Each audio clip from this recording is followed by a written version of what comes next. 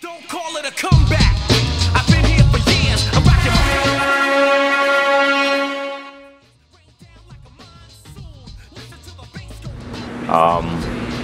Bowmaster, now one of the most dominant people in point karate, Ross Levine, and we're here at the American Karate Studio, and you're now well, you're not the newest member, you're one of the founding members of the Impex, Impex Karate team. So, you know, we're gonna go over what happened with the full circle change. You've seen him, you know how to throw me in.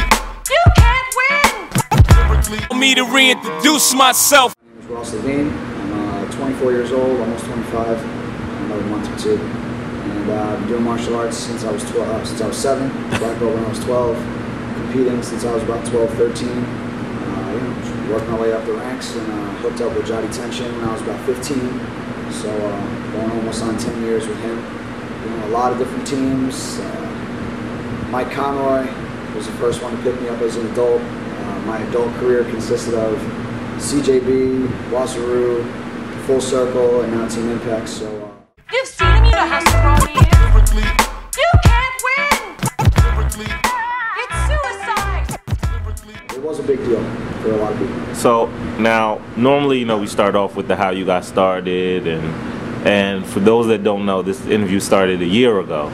So this is actually the longest interview. Some people think that Jadi and Akin had the longest. You know, some whispers around the circuit was that, you know, Ross is no longer on Full Circle. We see you at a national event and you're in a plain uniform. You've seen him, you know how to throw me in. You can't Not win. representing Full Circle. So why don't we start off with, I guess, what a lot of people would have wanted to know, which is what caused Mike Conroy and Ross Levine to split? You know, it actually, a lot of people had a lot of different ideas. You've seen him, you know how to throw me in. You can't Certain win. things were going wrong, or I wasn't getting what I wanted. It has nothing to do with that. Me and Mike Conroy, he's been like a, you know, when I was first growing up, almost like a father figure to me, a second father. And then as I got older, like a brother. You know, I still speak to Mike Conroy on a regular basis, so we're still cool. Our relationship is still good.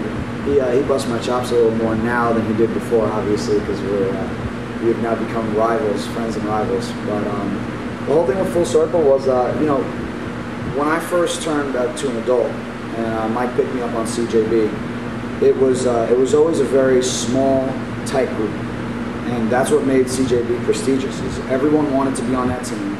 Everyone on the team was an elite fighter. You have myself, Ryan McGriff, Rene Perrault, who was still, you know, coming up in his prime, even though he was a little bit older than us, and Jason Borelli. And we just had a really tight bond, and that was it. That was the team. And then later on, we had, you know, a couple other people. When we switched over to Wasaroo, we added a couple Canadian fighters, Jason Grenier. We picked up Hamed Feruzzi and Damian Rodriguez and Claire Kokoza. And even though the team started getting a little bit bigger, we were still a very tight group. Very much like a family. And when Wasaroo's sponsor folded, and Tom Kelly was nice enough to You've seen him, you know how to throw me in. that little group in Florida, who was already a solid unit. They, you know, they were all friends growing up together, competing together, traveling. So when we came together, it was like two families coming together, and it worked out. In my opinion, the team started. It became easier to get on Full Circle.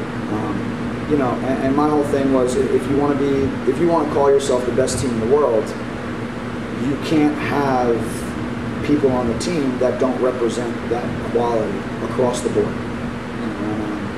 The team was starting to pick up a couple different people. It wasn't that they weren't good fighters, or I didn't think they were worthy enough of being on the team. But when you're on a team, like I said, where you want to be called the best fighter in the world, and you lose to somebody who's beneath you, or You've seen him, you know how to throw me in. You can't you win. no longer get the same credit. So I could win an overall, and people would talk more about how many people from Full Circle lost than the fact that one member from Full Circle won. Does that make sense? Okay. So in my attitude, the team was going in a different direction that I had initially been comfortable with. You know, growing up in one, I guess I was spoiled from the start with CJB and with Mike. it just started becoming, more of a bigger team, and Tom's doing great things for a lot of people. Tom Kelly is probably one of the best things that happened in this sport in a long time, and I still have a good relationship with Mr. Kelly. And how you doing if you're watching this? So we just went our separate ways, and there was no hard feelings, at least on my part. I don't think anybody was too mad at me. The guys on the team, we have our little differences, but. So now let me ask, I guess from a fan standpoint, coming up, we saw Jody on JPM. Due to the direction that JPM was going, he decided to split. Was the version that he gave. Now we're talking to you, and you're saying that because of the direction that Full Circle was going, you decided to split. So now, are we going to see the relationship that Jody had with Don Rodriguez, with you and Mike Conroy, or, I mean, you've always been that guy that has been competitive, even against your own teammates. Yeah. So now, do we see it turned up a notch because you guys are no longer on the same team, or? No. I mean, the way I fought, for example, the way I fought Hamed Farouzi at the U.S. Open last year when we both blitzed and he had a gash over his eye, is the same exact way, the same intensity that I fought him, at Ocean State when we fought for the overall. I'm still here to win. At the end of the day, when you're in the finals, or even once Friday night is over and the team fighting is over, it's an individual sport. As far as I'm concerned, we're all wearing different uniforms. Do I want my guys to do well? Of course I do. But I still want to be the one person who doesn't have a loss. So, the competitiveness is always going to be there, no matter what uniform I'm wearing. You've seen him, you know how strong he is. You can't win. It's suicide. But I want to backtrack a little. Last that I saw you with the Full Circle uniform on, you guys had one team fight and you won against Team Victory. We lost the team fight. I'm sorry, you lost that team fight in Chicago. To Victory. Yes. And I believe at the time it was Avery and Troy and Justin. Right. Now, what I saw in one of the videos that you posted was you cheering your teammate on. Correct. And maybe chastise is a bit of a harsh word, but we saw Jody chastise you on Facebook.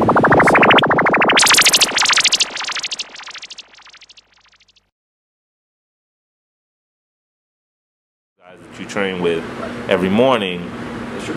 Well, why were you chastised for cheering for your teammate? I think it went both ways. Troy was spoken to as well, because Troy was cheering for everybody against Full Circle as well. There were no bad feelings between myself and Justin, or myself and Troy, or myself and Jody for that matter.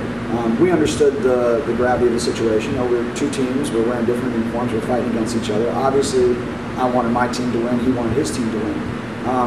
In reality, the thought that I was cheering against somebody that I see on a regular basis really didn't, somebody who's going to praise you when you're right and check you when you're wrong, and that's what Jody's intention was, just to be like, hey man, yeah, you're competing against each other, but these are guys, my Full Circle teammates are guys that live in different states that I don't see on a regular basis, and I'm cheering against somebody who I see who's making me better. So I guess the idea was, I wasn't wrong for cheering for my teammate. I wasn't wrong for cheering.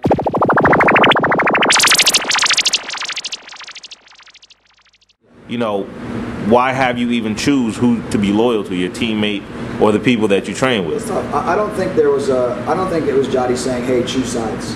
It's either your teammates or your dojo brothers. I don't think it was that kind of conversation.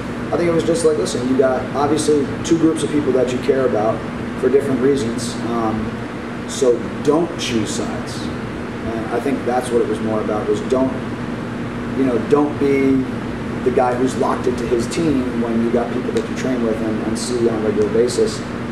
It doesn't make sense, even though there was no ill will, like you said, you don't want it to come across that way. And he's absolutely right. And from that point on, luckily for me, I guess I'm in a situation now where the people that are my teammates are my teammates.